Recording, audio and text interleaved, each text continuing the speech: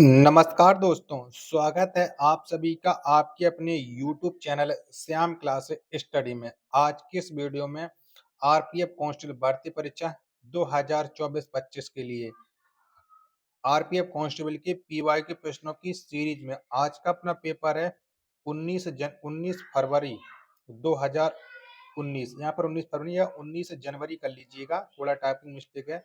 19 जनवरी के ये द्वितीय पाली का पेपर है और ये आज का अपना ये सेट नंबर है 8। ठीक है, तो वीडियो आपको पसंद आए तो वीडियो को आप एक बार लाइक कर देना।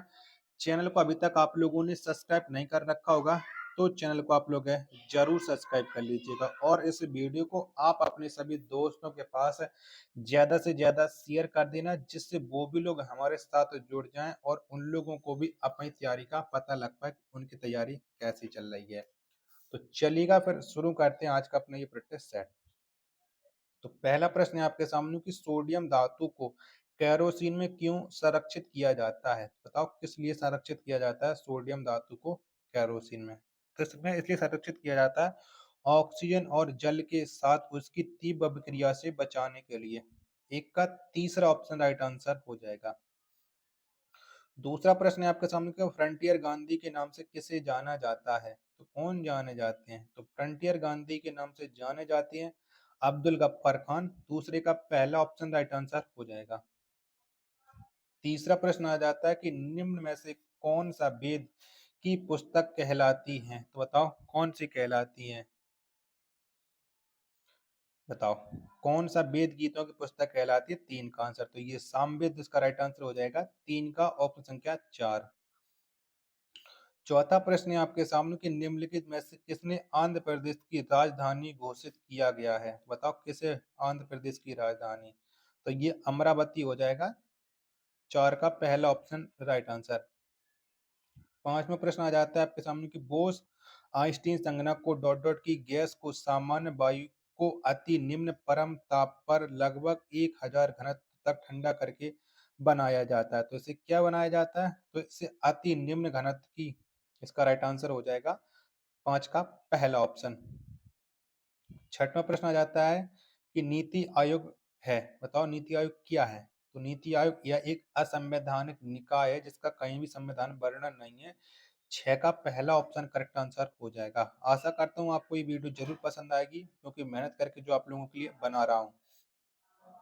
सातवां प्रश्न आ जाता है कि भारतीय फुटबॉल संघ की स्थापना कहाँ हुई थी। बताओ कहाँ पर हुई थी। भारतीय फुटबॉल संघ की स्थापना ये कोलकाता में हुई थी। 7 का तीसरा ऑप्शन राइट आंसर हो जाएगा। आठवां प्रश्न है कि निम्नलिखित में से कौन सी राशियां समान हैं। तो बताओ कौन सी हैं। तो गति और वेग ये राशियां समान है। 8 का तीसरा ऑप्शन राइट आंसर हो जाएगा।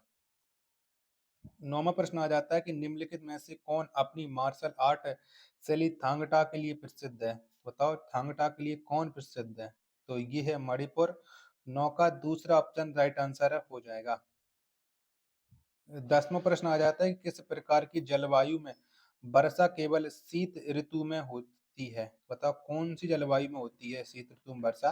10 का आंसर, तो ये होती है भूमध्य सागरीय में। 10 का पहला ऑप्शन करेक्ट आंसर हो जाएगा।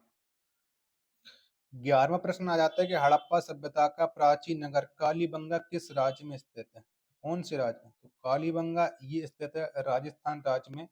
11 का ऑप्शन संख्या 4 इसका राइट आंसर हो जाएगा।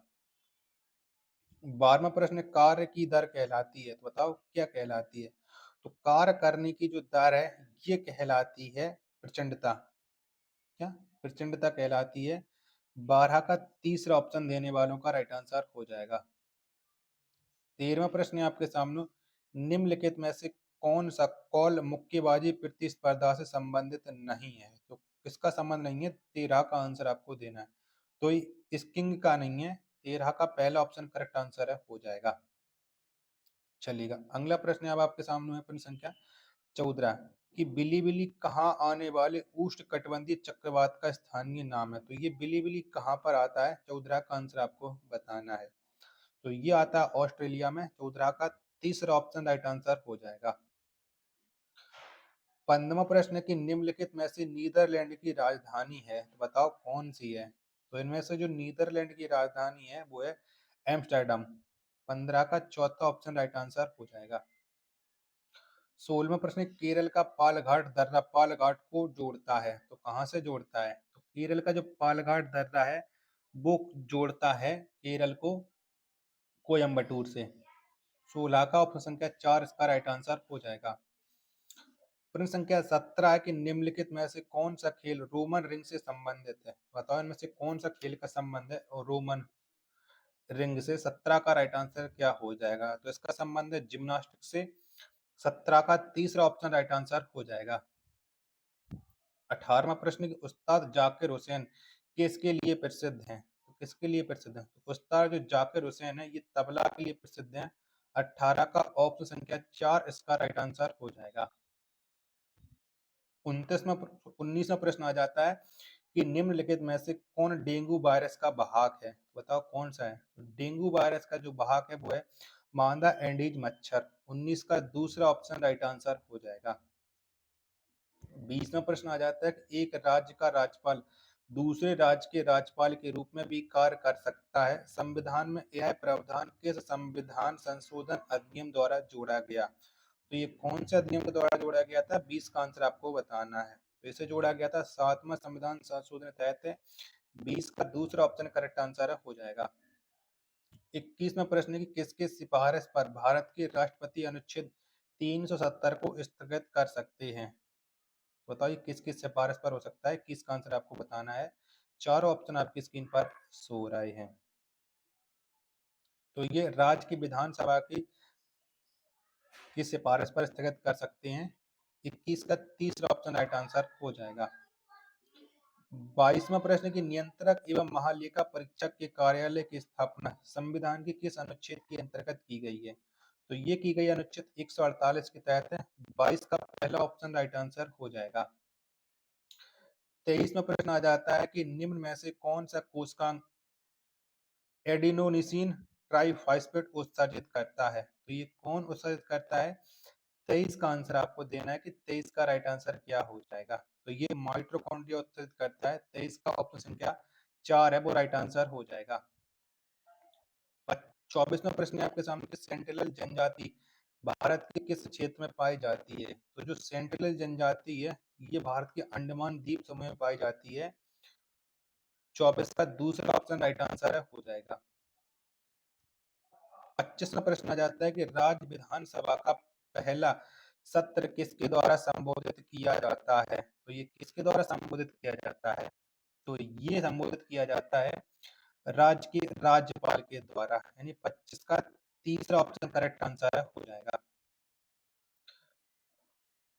26वां प्रश्न आ जाता है गारो पहाड़ियां का सर्वोच्च शिखर है, बताओ कौन सा है? 26 का राइट आंसर। तो गारो पहाड़ियों का जो सर्वोच्च शिखर है वो है नोक्रेक। 26 का तीसरा ऑप्शन करेक्ट आंसर हो जाएगा। 27वां प्रश्न कि भारत के ग्रामीण क्षेत्रों में व्यापक स्तर पर पाई जाने वाली बेरोजगारी का कौन सा प्रकार है? बताओ ग्रामीण स्तर पर व्यापारिक स्तर से कौन सी बेरोजगारी पाई जाती है? 27 का आंसर। तो ये पाई जाती है प्रच्छन्न बेरोजगारी। दूसरा ऑप्शन इसका राइट आंसर है हो जाएगा। 28वां प्रश्न आ जाता है कि निम्न में से कौन सा एक प्राथमिक क्षेत्र के अंतर्गत नहीं आता है? तो कौन नहीं आता वो आपको बताना चलेगा। 38 के आप लोग ऑप्शन देख लीजिएगा। 28 के ऑप्शन, तो प्राथमिक क्षेत्र के अंतर्गत कौन नहीं आता है? तो ये तेल शोधन नहीं आता है। चौथा ऑप्शन राइट आंसर हो जाएगा। 29वां प्रश्न है आपके सामने कि गोरखपुर निम्न में से किस भारतीय रेल मंडल का मुख्यालय है? तो गोरखपुर में कौन से भारतीय रेल मंडल का मुख्यालय है? 29 का आंसर। तो ये पूर्वोत्तर क्षेत्र का है। 29 का चौथा ऑप्शन राइट आंसर हो जाएगा। 30वां प्रश्न है कि निम्नलिखित में से कौन सी खेती की आधुनिक विधि है? बताओ कौन सी है? 30 का राइट आंसर क्या हो जाएगा? चार ऑप्शन आपकी स्क्रीन पर शो रहा है। तो ये जैव उर्वरक इसका राइट आंसर हो जाएगा, ऑप्शन संख्या 4। 31वां प्रश्न आ जाता है आपके सामने कि पुडुचेरी विधानसभा की स्थापना किस वर्ष की गई थी? बताओ कब हुई थी? तो पुडुचेरी विधानसभा की स्थापना ये 1963 में की गई थी। 31 का ऑप्शन संख्या 4 इसका राइट आंसर है हो जाएगा। 32वां प्रश्न आ जाता है कि किस भारतीय राज्य में लोकसभा सीटें सर्वाधिक हैं? तो कौन से भारतीय राज्य में है? लोकसभा की जो सबसे ज्यादा सीटें हैं वो उत्तर प्रदेश में है 32 का तीसरा ऑप्शन इसका राइट आंसर हो जाएगा।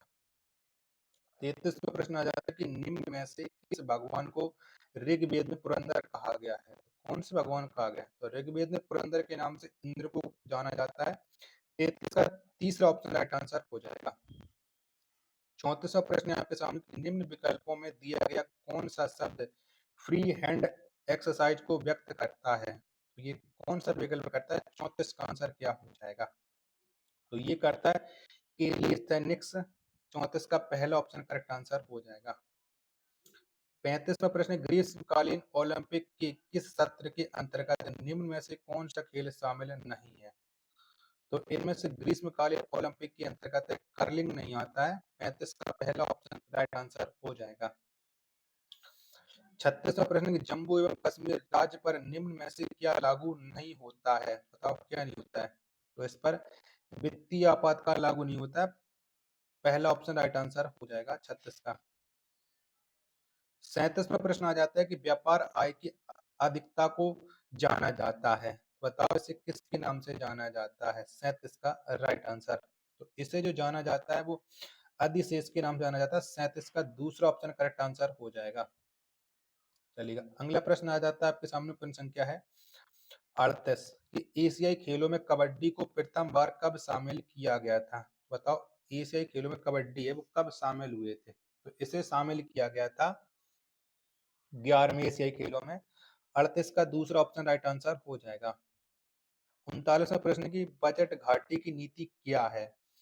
तो बताओ क्या है? इन्हीं तीनों ऑप्शन में से आपको आंसर निकालना है। तो बजट घाटे की नीति है, यह है आर्थिक नीति का विस्तारण। 39 का दूसरा ऑप्शन राइट आंसर हो जाएगा। 40वां प्रश्न की 2011 की जनगणना के अनुसार भारत के किस राज्य का लिंगानुपात सबसे कम है? तो 2011 की जनगणना के अनुसार हरियाणा राज्य का लिंगानुपात सबसे कम है। 40 का दूसरा ऑप्शन राइट आंसर हो जाएगा। 41वां प्रश्न की प्रथम गुट निरपेक्ष सम्मेलन कहाँ हुआ था? बताओ कहाँ पर हुआ था? तो प्रथम गुट निरपेक्ष सम्मेलन है ये हुआ था बेलग्रेड में। कहाँ पर? बेलग्रेड में। 41 का पहला ऑप्शन राइट आंसर हो जाएगा। 42वां प्रश्न आ जाता है कि डांडिया एक पारंपरिक लोक नृत्य है। तो कौन से राज्य का ये पारंपरिक लोक नृत्य है डांडिया? 42 का आंसर आपको देना है। तो ये है गुजरात का। 42 का तीसरा ऑप्शन करेक्ट आंसर हो जाएगा। 43वां प्रश्न है आपके सामने, कितनी भाषाओं में साहित्य अकादमी पुरस्कार दिया जाता है? तो कितनी भाषाओं में मिलता है? तो साहित्य अकादमी का जो पुरस्कार है ये 24 भाषाओं में दिया जाता है। 43 का ऑप्शन संख्या 4 इसका राइट आंसर हो जाएगा। 44वां प्रश्न की 14वें वित्त आयोग के अध्यक्ष कौन थे? तो बताओ कौन थे? तो 14वें वित्त आयोग के जो अध्यक्ष थे वो थे वाई रेड्डी। 44 का पहला ऑप्शन राइट आंसर हो जाएगा। 45वां प्रश्न आ जाता है कि बौद्ध धर्म के प्रवर्तक गौतम बुद्ध निम्न में से किस स्थान पर जन्म हुआ था? बताओ गौतम बुद्ध का जन्म है वो कहाँ पर हुआ था? 45 का आंसर आपको देना है। तो गौतम बुद्ध का जन्म हुआ था लुम्बिनी में। 45 का ऑप्शन संख्या 4 इसका राइट आंसर हो जाएगा। चलिएगा, अगला प्रश्न आ जाता है, प्रश्न संख्या आपके सामने 46 है। मानव में जब गुणसूत्र युक्त शुक्राणु अंडे को निषेचित करते हैं तो युग्मनज का क्या स्वरूप होता है? तो बताओ क्या स्वरूप होता है? 46 का राइट आंसर क्या हो जाएगा? तो इसका स्वरूप होता है शिशु। पहला ऑप्शन करेक्ट आंसर हो जाएगा। चलिएगा, अगला प्रश्न आ जाता है, प्रश्न संख्या 47 है कि निम्न में से सातवां राजवंश की राजधानी क्या थी? बताओ क्या थी? 47 का आंसर क्या हो जाएगा? तो सातवां राजवंश की जो राजधानी थी वो थी पैठन। कौन सी थी? पैठन थी। 47 का दूसरा ऑप्शन राइट आंसर हो जाएगा। 48वां प्रश्न है आपके सामने कि परमाणु के सबसे बाहरी कक्ष में मौजूद इलेक्ट्रॉन क्या होते हैं? परमाणु के सबसे बाहरी कक्ष में जो मौजूद इलेक्ट्रॉन होते हैं उन्हें कहा जाता है उत्तेजक इलेक्ट्रॉन। यानी 48 का पहला ऑप्शन राइट आंसर हो जाएगा। 49वां प्रश्न है कि न्यूयॉर्क शहर किस नदी के तट पर स्थित है? तो जो न्यूयॉर्क शहर है ये हडसन नदी के तट पर स्थित है। 49 का तीसरा ऑप्शन करेक्ट आंसर हो जाएगा। 50वां और जीके का ये अंतिम प्रश्न है आज के से प्रैक्टिस सेट का, जिसका आंसर आपको बताना है। किस उपकरण का उपयोग यह पता लगाने के लिए किया जाता है कि वस्तु आवेशित है या नहीं। तो कौन से उपकरण का प्रयोग करते हैं? 50 का आंसर बताना है। तो इसके लिए किया जाता है विद्युतदर्शी का प्रयोग। 50 का पहला ऑप्शन करेक्ट आंसर हो जाएगा। आशा करता हूँ आपको ये वीडियो पसंद आई होगी। तो वीडियो को आप एक बार लाइक और चैनल को अभी तक आप लोगों ने सब्सक्राइब नहीं कर रखा होगा तो चैनल को आप लोग जरूर सब्सक्राइब कर लीजिएगा। मिलते पर अपने एक और नेक्स्ट वीडियो के साथ, तब तक के लिए धन्यवाद। जय हिंद, वंदे मातरम।